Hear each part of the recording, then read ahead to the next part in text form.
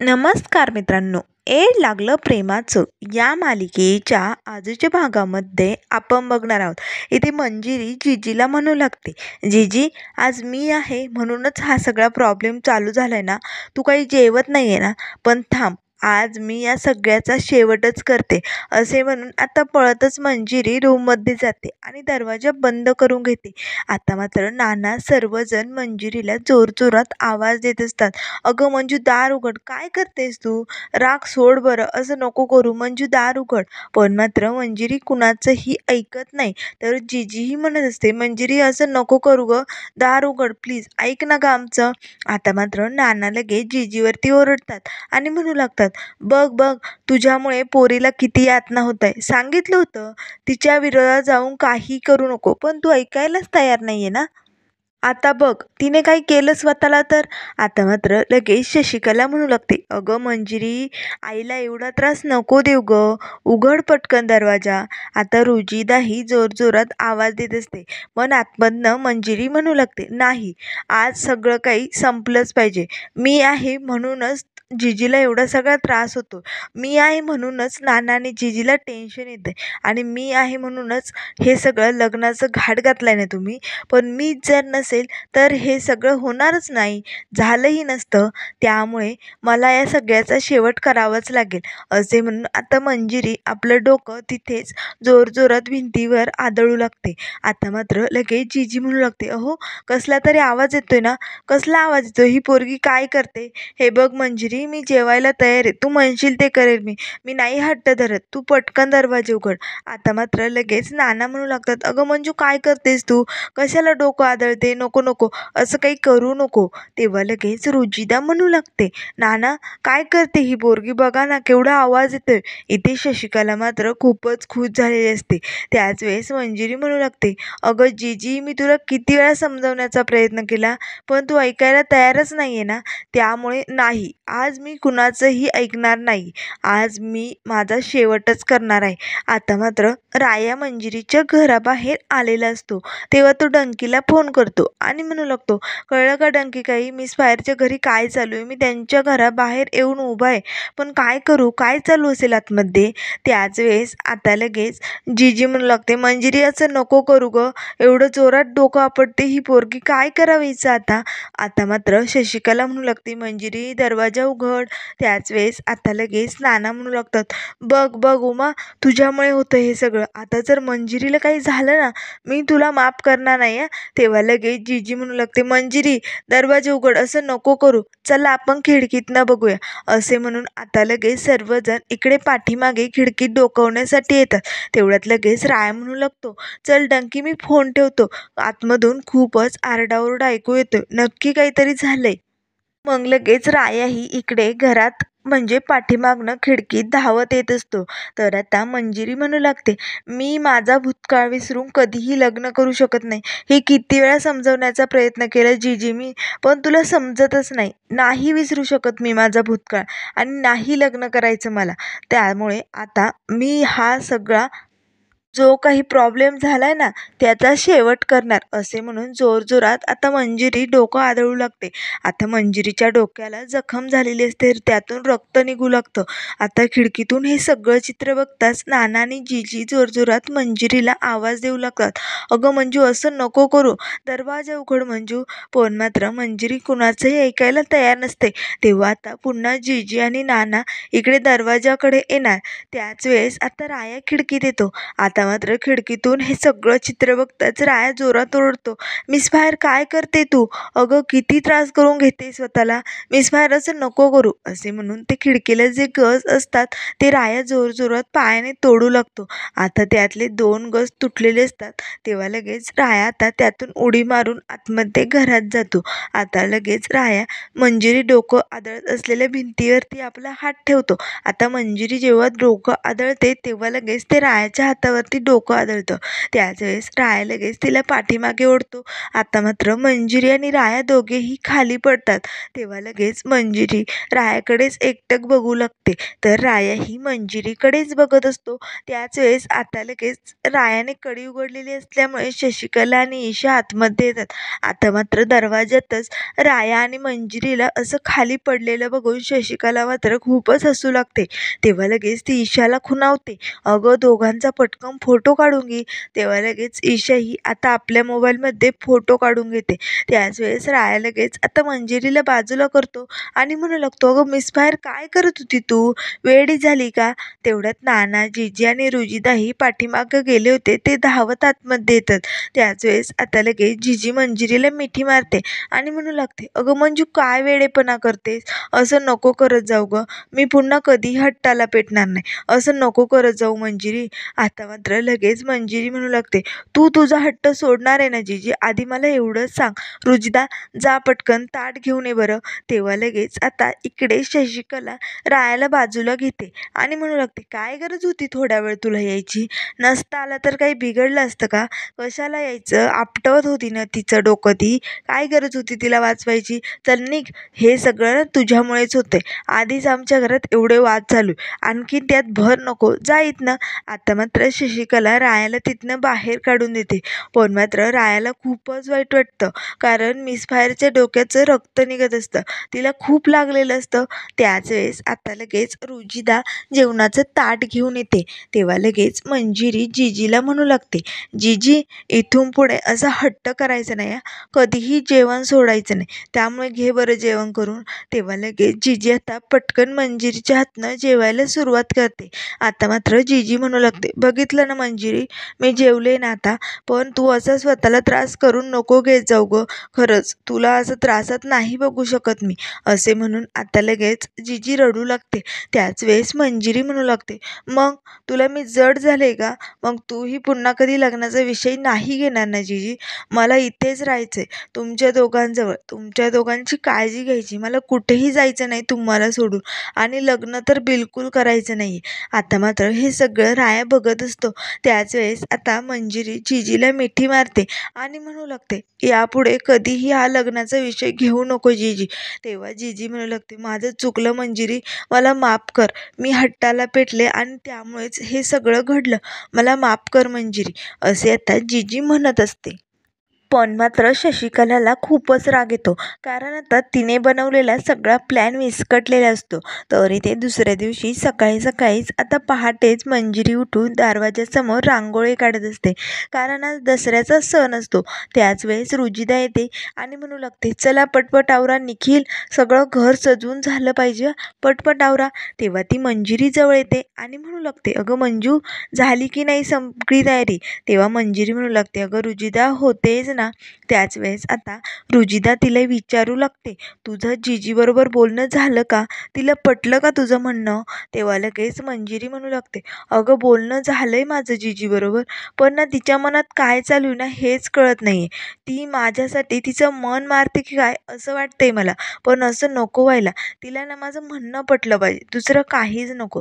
तेव्हा रुजिदा म्हणू लागते, तू बोलली ना तिच्याशी, मग नक्की पटेल तिला, तू नको काळजी करू. तेव्हा लगेच आता मंजिरी आतमध्ये जाते. त्याच वेळेस इकडे जीजी म्हणत असते, बघा ना पोरांनी किती घर सजवलं ना. तेव्हा नाना म्हणू लागतात, अगं रूढी परंपरा सगळं काही एकदम भारी जपतायत ना आपली पोरं. आता वयात आली, मोठी झाली. आता मात्र जीजीला असं नाराज बघून लगेच नाना म्हणू लागतात, एवढा दसऱ्याचा सण आहे आज, घरातलं सगळं काही वातावरणही निवळलं. सणासुदीच्या दिवशी तुझ्या मनात काय चालू आहे उमा? आता मात्र जीजी म्हणू लागते, कुठे काय चालू आहे? तेव्हा नाना म्हणू लागतात, नाही नाही, तू सगळं सोडून दिलंय ना. मंजिरी म्हटली तसं. तेव्हा लगेच जीजी म्हणू लागते, कळेलच तुम्हाला लवकरच. असे म्हणून आतमध्ये निघून जाते. त्याच वेळेस नाना मनाशीच म्हणू लागतात, या बायकांच्या मनात चालू तरी काय असतं नेमकं? उमाच्या मनात काय चालू आहे? ती मंजिरीला पुन्हा या सगळ्यात अडकवणार तर नाही ना. त्याच वेळेस इकडे जीजी आतमध्ये येते. आता मात्र जयने मंजिरीला जो ड्रेस दिलेला असतो तो पॅक करत असते. असते आणि जे घड्याळ दिलेलं असतं तेही त्या पिशवीत घालते. त्याच वेळेस तिला आठवतं की जयने ह्या सगळ्या भेटवस्तू मंजिरीसाठी आणलेल्या असतात. तेवढ्यात आता मंजिरी येते आणि म्हणू लागते, "जीजी काय करतेस? तू बाहेर नाही आली?" तेव्हा जीजी म्हणू लागते, "अगं जरा काम चालू होतं ना म्हणून नाही आले." तेव्हा लगेच मंजिरी म्हणू लागते, "जीजी तुला अजूनही माझा राग आलाय का गं?" तेव्हा जीजी म्हणू लागते, "नाही गं मंजू, खरं तर मीच तुझी माफी मागणार होते. बघ ना माझ्यामुळे तुला ह्या सगळा त्रास भोगावा लागला. बघ ना तुझ्या डोक्याला केवढी जखम झाली. हे सगळं माझ्यामुळे झालं. मी हट्ट धरला म्हणूनच झालं हे. मला माफ कर गं मंजिरी." तेव्हा लगेच मंजिरी म्हणू लागते, "नाही जीजी, तुला माफी मागण्याची काहीही गरज नाही. आई-वडील तर मुलांचा नेहमी विचार करत असतात आणि मी तर तुमचा मुलगा आहे की नाही. त्यामुळे मला ना तुमची अशीच सतत काळजी घ्यायची आणि तुमच्या जवळच राहायचे. मला कुठेही जायचं नाही." तेव्हा लगेच जीजी म्हणू लागते, "खरंच मंजू, किती करतेस गं तू आमच्यासाठी आणि आपल्या दुकानासाठी?" तेव्हा मंजिरी म्हणू लागते, "आणि जीजी, मी दुकानात सगळी तयारी करून आले बरं का. आपल्या परंपरेप्रमाणे सगळी पूजा वगैरे मांडून आणि सगळं काही करून आले मी." तेव्हा लगेच जीजी म्हणू लागते, "खरंच मंजिरी, तू खरंच खूप हुशार आहे गं. किती करते, किती समजतं तुला." आता मात्र मंजिरीच्या तोंडावरनं जीजी हात फिरवते. त्याच वेळेस मंजिरीचं त्या कॉटवरती असलेल्या पिशवीकडे लक्ष जातं. तेव्हा मंजिरी म्हणू लागते, "जीजी या पिशवीत काय आहे?" तेव्हा लगेच जीजी म्हणू लागते, "काही नाही, माझं सामान आहे महत्त्वाचं, ते ठेवून देत होते." तेव्हा लगेच आता मंजिरी म्हणू लागते, "चल मग जीजी, बाहेर आपट्याची पानं आलीत. माझ्या सोन्यासारख्या जीजीला आज ते सोनं देणं खूप गरजेचं आहे. चल, नानाही बाहेर आहेत." आता सर्वजण इथे हॉलमध्ये जमलेले असतात. तेव्हा मंजिरी आता नाना, जीजी सगळ्यांना आता इथे सोनं देते आणि सोन्यासारखी राहा म्हणू लागते. त्याच वेळेस आता लगेच शशिकला म्हणू लागते, "अगं इश्के, बघत काय बसली? सगळ्यांना वाट की सोनं आणि आशीर्वाद घे." तेव्हा लगेच जीजी म्हणू लागते, "अगं शशिकला, सणासुदीचं नको ओरडू गं तिला. अजून लहान आहे ती. वयात आली की समजेल तिला सगळं काही." तेव्हा लगेच आता शशिकला जीजीला बाजूला घेते आणि म्हणू लागते, "अहो जाऊबाई, मंजिरीने हट्ट केला म्हणून तुम्ही तुमचा हट्ट सोडला आणि जेवायला सुरुवातही केली. पण सगळं काही विसरलात का तुम्ही?" त्याच वेळेस ईशा येते आणि आता मिठाई वाटू लागते. तेव्हा शशिकला लगेच ईशाला म्हणू लागते, "थांब थांब, मी माझ्या हाताने जाऊबाईंना भरवते." असे म्हणून आता लगेच शशिकला स्वतःच्या हाताने इथे जीजीला मिठाई भरू लागते. तेव्हा जीजी म्हणू लागते, "अगं शशिकला, कशासाठी?" त्याच वेळेस आता शशिकला म्हणत असते, "सगळं काही तुम्ही विसरलायत का? ठरल्याप्रमाणे चालू आहे. काय असं करताय तुम्ही? मला तरी सांगा." पण मात्र जीजी काही न बोलता गप्प बसलेली असते.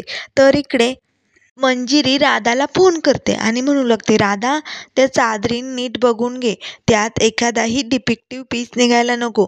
तेव्हा लगेच नाना येतात आणि म्हणू लागतात, "मंजू, यावर्षी किती चादरी वाटप करणार आहे तू गोरगरिबांना?" तेव्हा मंजिरी म्हणू लागते, ना यावेळेस 51 चादरी वाटणार आहे मी. आपली चादरी वाटपाची ही जी काही परंपरा आहे ना, ही मी कधीही मोडू देणार नाही. मी अशाच चादरी गोरगरिबांना वाटत राहणार आहे. त्यासाठीच मी राधाला फोन केला होता." तेव्हा नाना म्हणू लागतात, "ठीक आहे, ठीक आहे मंजू बाळा, तू खरंच एखाद्या मुलाप्रमाणे सगळं काही व्यवस्थित सांभाळते. जाऊ शकते आता तू." असे म्हणून मंजिरी निघालेली असते. त्याच वेळेस आता चादरी वाटप झाल्यानंतर मंजिरीला एक काकू आवाज देऊ लागतात. तेव्हा मंजिरी पाठीमागे वळून बघते तर त्या काकू म्हणू लागतात, "अगं तूच मंजिरी ना? तू माझ्या चादरी घेते का?" तेव्हा मंजिरी म्हणू लागते, "कशासाठी?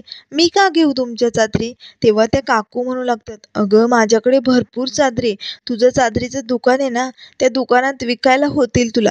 हे बघ, हे बघ किती भारी चादरी आहे." आता मंजिरी लगेच एक चादर हातात घेऊन बघते आणि म्हणू लागते, "हो काकू, खरंच चादरी तर खूपच छान आहे हो. पण कुठून आल्या तुमच्याकडे एवढ्या चादरी?" तेव्हा लगेच ती काकू म्हणू लागते, "अगं माझा मुलगा चादरी बनवायचा, पण अचानक त्याचा अपघात झाला आणि तो वारला. त्याची बायकोही त्याला सोडून गेली. तो वारल्यानंतर इथलं सगळं काही सोडून गेली. तिला 2 मुलं आहेत छोटी छोटी. त्यांनाही माझ्याजवळच सोडून गेली. त्यांचे पोट भरण्यासाठी मला ह्या चादरी घरोघरी जाऊन विकाव्या लागतात. पण लोक घेतच नाही गं माझ्याकडनं चादरी. त्यामुळे म्हटलं की तुला चादरी विकाव्या.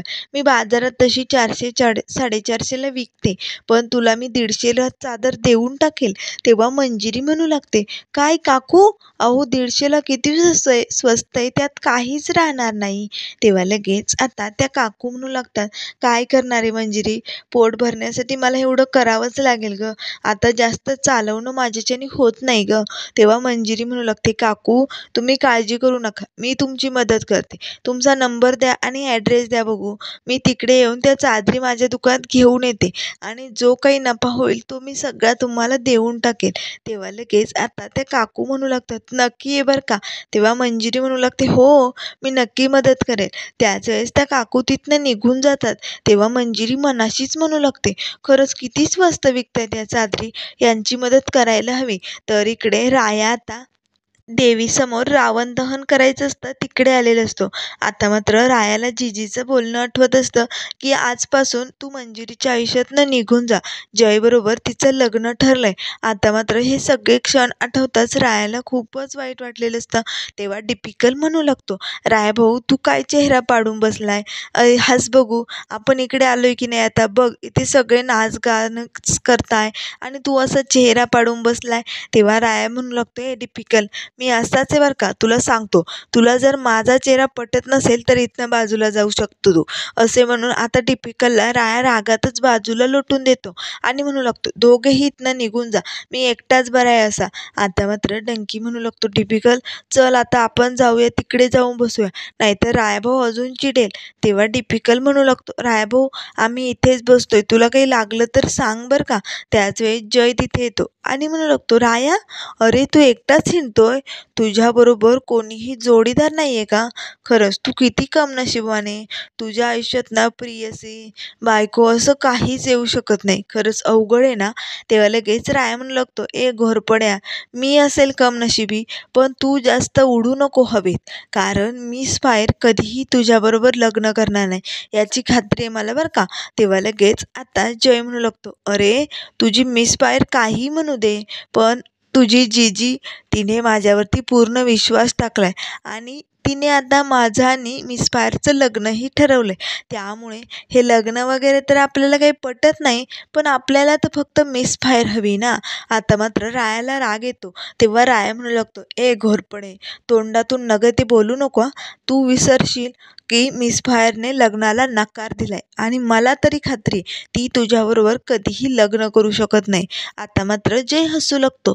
तर मित्रांनो पुढील भागामध्ये आपल्याला बघायला मिळेल, इथे जय रायाला म्हणू लागतो, येत्या 15 दिवसात माझ्याने मंजिरीच्या लग्नाचा मुहूर्त काढलाय जीजीने, त्यामुळे जीजीने जरी तुला नाही बोलावलं ना तरी मी खास आमंत्रण देतो, पण तरवाळ्या उचलायला ये नक्की. आता मात्र लगेच जय तिथनं निघालेला असतो. तेव्हा लगेच आता राया रावणाला बाण मारणार, त्याच वेळेस त्याचा बाण असा खाली झुकतो. तेव्हा पटकन मंजिरी येते आणि त्याला पकडते आणि आता दोघेही मिळून आता रावणाचं दहन करतात. त्याच रावणाखाली तिथे जय असतो. आता मात्र तो संपूर्ण रावण पेटताच खाली पडणार, ते जय बाजूला पळतो. तेव्हा लगेच राया मनाशीच म्हणू लागतो, मिस फायर तुला त्या घोरपड्याबरोबर मी कधीही लग्न करू देणार नाही, आता समद खरंच समोर येणार. तर मित्रांनो अशाच मालिकेंच्या अपडेट पाहण्यासाठी